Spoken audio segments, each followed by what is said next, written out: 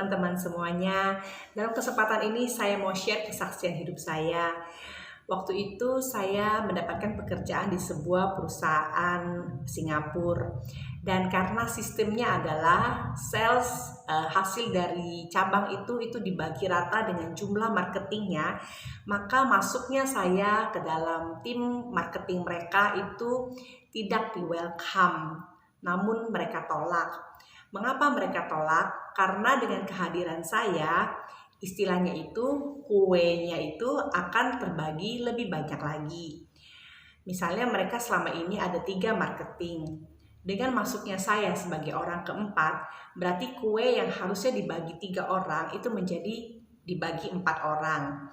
Misalnya komisi sebulannya itu katakanlah misalnya 10 juta. Kalau selama ini 10 juta itu mereka bagi 3 marketing, sekarang harus mereka bagi ke 4 marketing. Jadi kan pendapatan mereka jadi jauh lebih turun daripada sebelum saya bergabung. Nah waktu itu bos saya itu menolak saya habis-habisan, teman-teman. Dia benar-benar dengan segala cara berusaha membuat saya resign. Dia membuat saya tidak betah kerja, dan ya saya sih tidak salahin dia ya. Saya tidak mau menghakimi dia. Dia berusaha dengan segala cara agar saya gagal dan tidak bisa menyelesaikan masa percobaan saya selama 3 bulan, teman-teman. Waktu itu setiap malam saya menangis sendirian di tempat kos saya. Waktu itu saya merasa sangat sendirian, dan saya tetap harus bekerja karena saya tidak punya uang untuk maksudnya tabungan atau apa yang bisa mensupport hidup saya kalau saya tidak bekerja. Jadi walaupun seberat apapun saya harus tetap bekerja di sana. Walaupun atasan saya menjahati saya dan berusaha dengan segala cara untuk menyingkirkan saya dari kantor tersebut, saya tidak punya pilihan selain tetap berusaha bekerja di sana. Waktu itu setiap malam saya menangis, dan waktu itu benar-benar masa-masa yang berat dalam hidup saya. Saya bersyukur bahwa saya memiliki Tuhan. Tuhanlah yang memberikan saya kekuatan dan penghiburan. Setiap malam saya mendengarkan lagu-lagu rohani yang menguatkan saya, dan saya menangis sendirian. Bos saya dengan segala macam cara berusaha menyingkirkan saya, namun saya bersyukur bahwa tangan Tuhan memberikan pembelaannya bagi saya.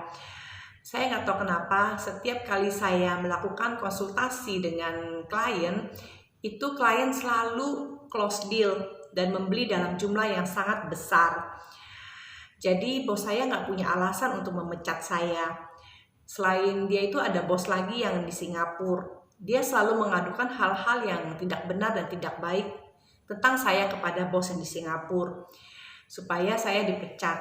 Namun karena sales saya sangat bagus, itu bos yang Singapura pun melihat bahwa saya itu tidak ada masalah gitu. Mungkin bagi bos yang Singapura yang penting saya bisa jualan dan saya bisa menghasilkan bagi perusahaan.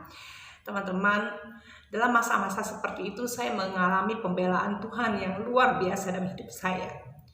Tuhan tidak pernah meninggalkan saya, teman-teman, dan tangannya selalu menolong saya. Banyak sekali mukjizat yang saya alami selama masa-masa berat tersebut, teman-teman. Saya juga bingung kalau marketing yang lain setiap konsultasi dengan klien itu belum tentu close deal, dan juga belum tentu kliennya beli, ataupun beli pun dalam jumlah yang sedikit. Namun mukjizat selalu menyertai saya.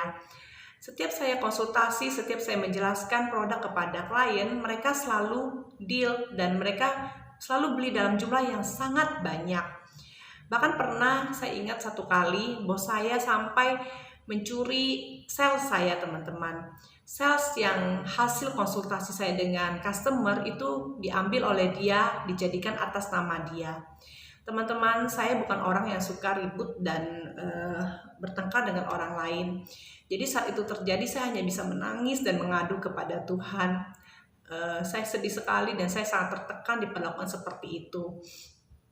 Namun teman-teman, saat kita berharap kepada Tuhan, Tuhan tidak pernah mengecewakan kita. Tuhan selalu mendengar dan menjawab doa kita. Saat itu Tuhan selalu membela saya. Penjualan saya luar biasa bagusnya, walaupun sudah dicuri salesnya oleh atasan saya pun penjualan saya pada akhir bulan itu masih di atas rata-rata dan sangat memuaskan perusahaan. Hal ini membuat bos yang di Singapura tidak mempunyai alasan untuk memecat saya, walaupun bos yang di Indonesia ini melaporkan hal-hal yang sangat jahat dan buruk tentang saya kepada dia. Begitu teman-teman, sharing kesaksian hidup saya kali ini, bahwa Tuhan itu sungguh ada, dia sungguh hidup, dan dia selalu membela kita saat kita sungguh-sungguh berharap kepadanya. Saya ingat akan firman Tuhan yang berkata bahwa sekalipun manusia mereka rekakan yang buruk terhadap kita, namun Tuhan bisa merubahnya menjadi hal yang baik. Saya juga jadi teringat akan cerita Yusuf.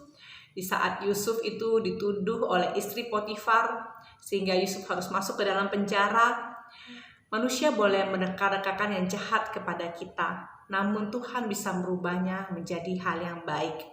Juga saat Yusuf dijual oleh, bahkan pertama kan mau dibunuh tapi nggak jadi, dijual sebagai budak oleh saudara-saudaranya pun, Yusuf, walaupun manusia merancangkan hal-hal yang buruk kepada Yusuf, namun Tuhan merubahnya menjadi rancangan yang baik bagi Yusuf.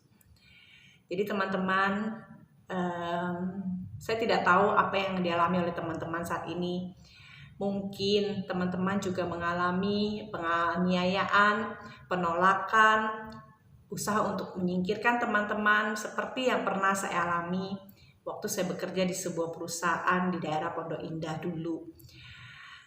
Percayalah teman-teman, saat teman-teman berlindung kepada Tuhan, berharap pada Tuhan, selalu ada pertolongannya, selalu ada pembelaannya. Ingatlah selalu firman Tuhan yang berkata bahwa sekalipun manusia mereka rekakan yang buruk terhadap kita, namun Tuhan mengubahnya menjadi sesuatu yang baik bagi kita. Dan ingat selalu teman-teman cerita Yusuf saat dia dijual sebagai budak oleh saudara-saudaranya, saat dia dituduh hal-hal yang tidak baik dan tidak benar oleh istri Potifar. Percayalah teman-teman bahwa Tuhan selalu ada untuk membela kita dan mengubah hal-hal yang jahat yang direncanakan oleh manusia kepada kita menjadi hal-hal yang baik. Terima kasih teman-teman sudah menonton. Semoga sharing kesaksian saya ini bisa menguatkan teman-teman semuanya. Terima kasih ya teman-teman. Sampai jumpa lagi ya. Dadah.